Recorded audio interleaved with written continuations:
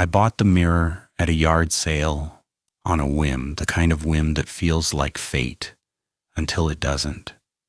It was early May 2025, one of those perfect spring Saturdays where the air smells like cut grass and possibility.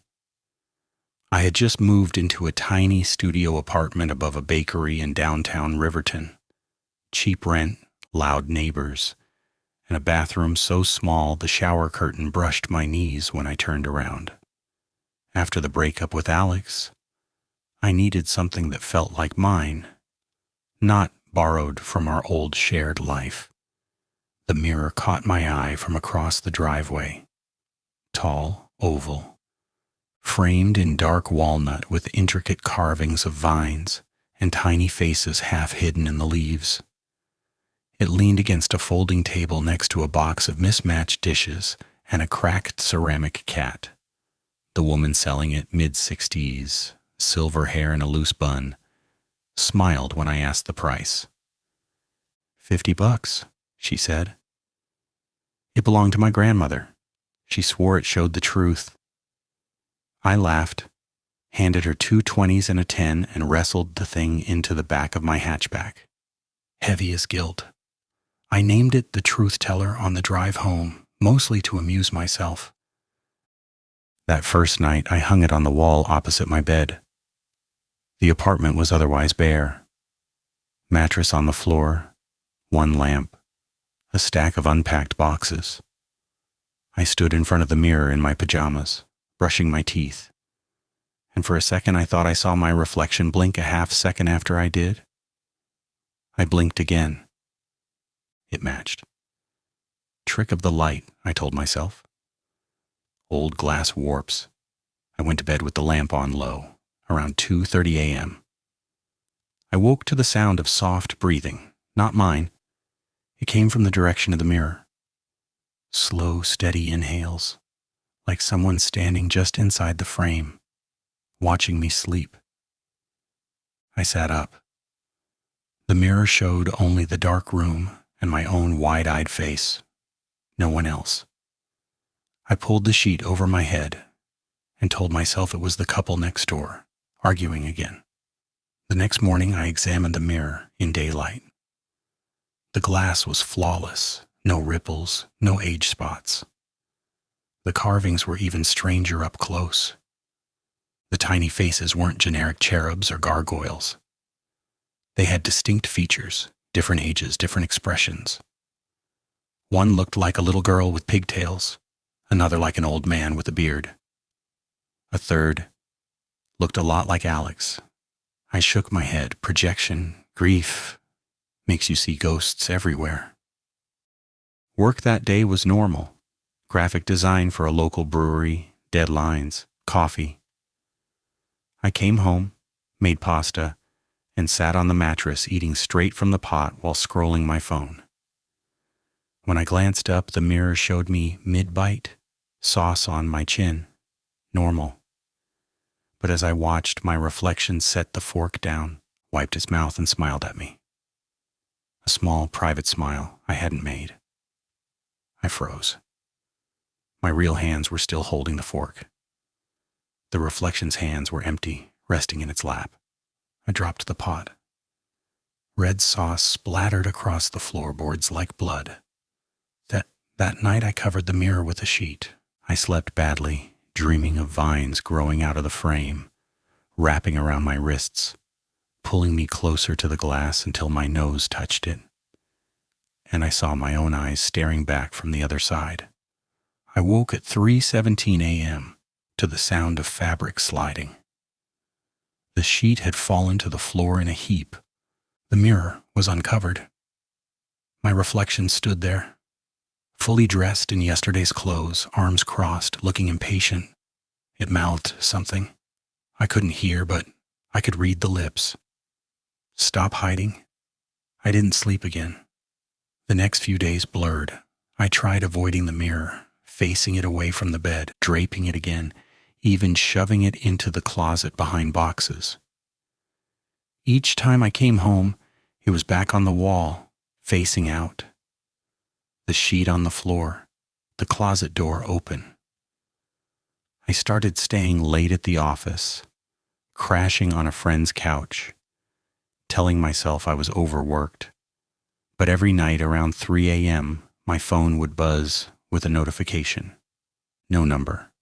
Just a photo? Me, sleeping in my own bed, taken from the exact angle of the mirror. I deleted the photos. They came back. By the end of the week, I was desperate. I called the woman from the yard sale. Her number was still on the receipt. She answered on the second ring. "You still have it?" she said before I could speak. Not a question.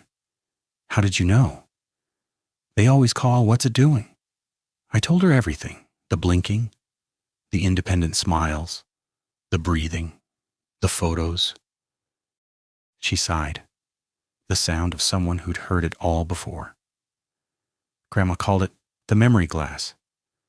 Said it doesn't just reflect you, it remembers every version of you that ever stood in front of it. The happy ones, the sad ones, the ones you try to forget. And sometimes it lets them out to visit. That's impossible?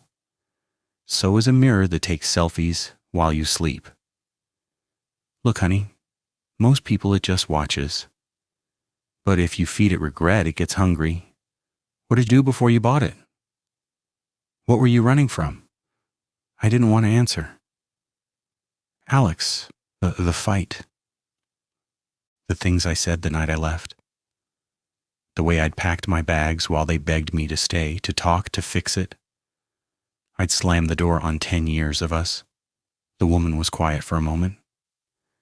It liked my grandmother because she had no regrets, lived clean. When she died, it went quiet for years. Then I sold it, big mistake. If you want it gone, you have to give it what it wants. What does it want? You, the real you, the one you're pretending isn't there. I hung up, sat on the edge of the mattress, staring at the covered mirror. Then I stood, pulled the sheet off, and faced it, head on. My reflection looked back, normal at first. Then it changed, subtly. The eyes were sadder, the posture more defeated. It raised a hand and pressed it against the inside of the glass. I felt the cold on my palm when I matched it. The surface wasn't glass anymore. It was like thick, warm skin pulsing faintly. The reflection leaned in and whispered. I heard it this time, not through air, but through bone. Come closer. I miss us. I jerked back. My real voice cracked when I spoke. Who are you? The part you left behind? The part that still loves them? The part that knows you were wrong? Tears stung my eyes. I hadn't cried properly since the breakup. I can't go back. It's over. It's never over in here. The reflection smiled again. That small, private smile. I can show you the good days, the nights you danced in the kitchen, the way they looked at you like you hung the moon. All you have to do is step through. I laughed, bitter. Step through into a mirror? Try it. My hand was still pressed to the glass. It gave just a little, like pressing into a soap bubble that doesn't pop. The vines in the frame seemed to writhe, the tiny carved faces turning to watch. One of them looked exactly like me at 16, braces and all. Another like Alex on our wedding day. I pulled my hand away. It came free with a soft sucking sound. My fingertips were damp. That night I dreamed I was on the other side. The apartment looked the same but reversed. Left was right. Words on posters backward. Alex was there, smiling, holding out their hand. You came back, they said. I took the hand. It felt real, warm, alive. I woke with my face pressed against the mirror, nose flattened, breath fogging the glass from both sides at once. My reflection was smiling on the inside. I was crying on the outside. I called in sick to work. Spent the day researching antique mirrors, cursed objects, anything. Forums full of stories. People who saw dead relatives waving, lost children playing, versions of themselves who'd made different choices and were happier. One poster claimed their mirror had swapped places with them for a week. They came back thinner, quieter, with memories that weren't theirs. By evening, I was exhausted. I stood in front of the mirror again. "Okay," I whispered. "Show me." The reflection nodded. It turned and walked deeper into the mirrored room, except the mirrored room kept going. Hallway stretching where my apartment wall should have been. I stepped forward. The glass parted around me like cool water. No resistance. One moment I was in my studio. The next, I was standing on the other side, the air slightly sweeter, the light softer. Everything was perfect. The bed was made with the quilt Alex loved. The kitchen smelled like the Thai food we used to order every Friday. And there was Alex, my Alex, sitting on the couch, looking up with that crooked grin. "You were gone a long time," they said, "but you're home now." I fell into their arms. We talked for hours, laughed, cried, made love on the mattress that suddenly felt bigger, softer. Every regret melted away. This version of me had never left, had never said the cruel things, had chosen differently at every fork. I don't know how long I stayed. Time felt liquid, days, weeks. The mirror world had no clocks. Then one morning I woke alone. The apartment was the same, but off. Colors a shade too bright. Alex's voice from the kitchen. "Breakfast?" But when I got there, it wasn't Alex. It was my reflection wearing Alex's face, smiling too wide. "Stay forever," it said. "We can be happy here. No more running." I backed away. The door to the hallway led to another mirrored room, then another. Infinite apartments, each with a slightly different version of my life. In one, Alex and I had a child. In another, we'd never met. In a third, I was the one who had left and regretted it every day. Panic rose. I ran searching for the original glass. The vines on the frames reached out, tiny carved faces whispering my name. I found a wall that looked like my studio. Pressed my hands to it. It was solid. From the other side, my real side, I heard my own voice screaming, "Let me out, please!" It was me, the real me trapped on the outside now, pounding on the glass. We had switched. I watched my body, my real body, stumble back, eyes wide with horror, then turn and run from the apartment. The door slammed. Silence. I was alone in the mirror world. Days passed, or maybe minutes. I learned the rules. The reflection, that other me, lived my real life now, went to work, paid rent, texted friends, posted photos on social media that looked exactly like me but with a lighter step, a happier smile. No one noticed the difference. I stayed in the mirrored apartments, drifting between versions. Some were beautiful, some were nightmares. In one, Alex had died years ago and I visited their grave every Sunday. In another, I was the one who died, and Alex kept the mirror as a shrine. Eventually, I found a way to watch the real world. A thin spot in the glass like a window. I saw the other me thriving, dating again, laughing. Living the life I was too afraid to fix.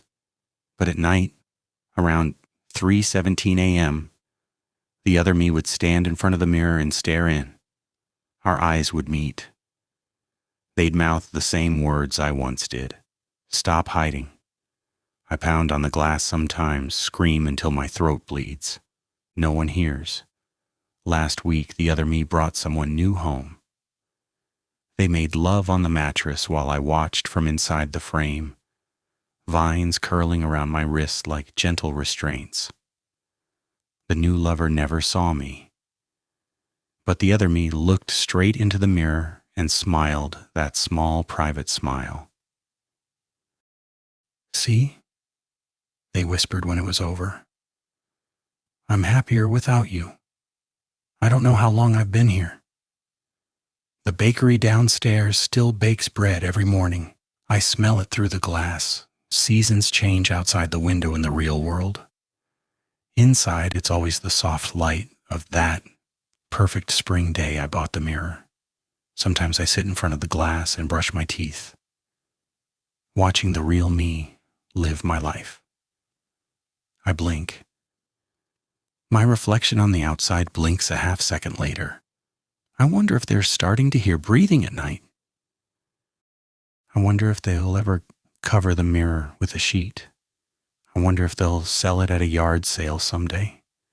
And I wonder who will buy it next. Because the mirror remembers. And it's always hungry for the next version of you. The one you left behind. The one that still loves the life you threw away. And it's waiting, patient as glass, ready to trade places again. Whenever you're ready to look too closely and step through.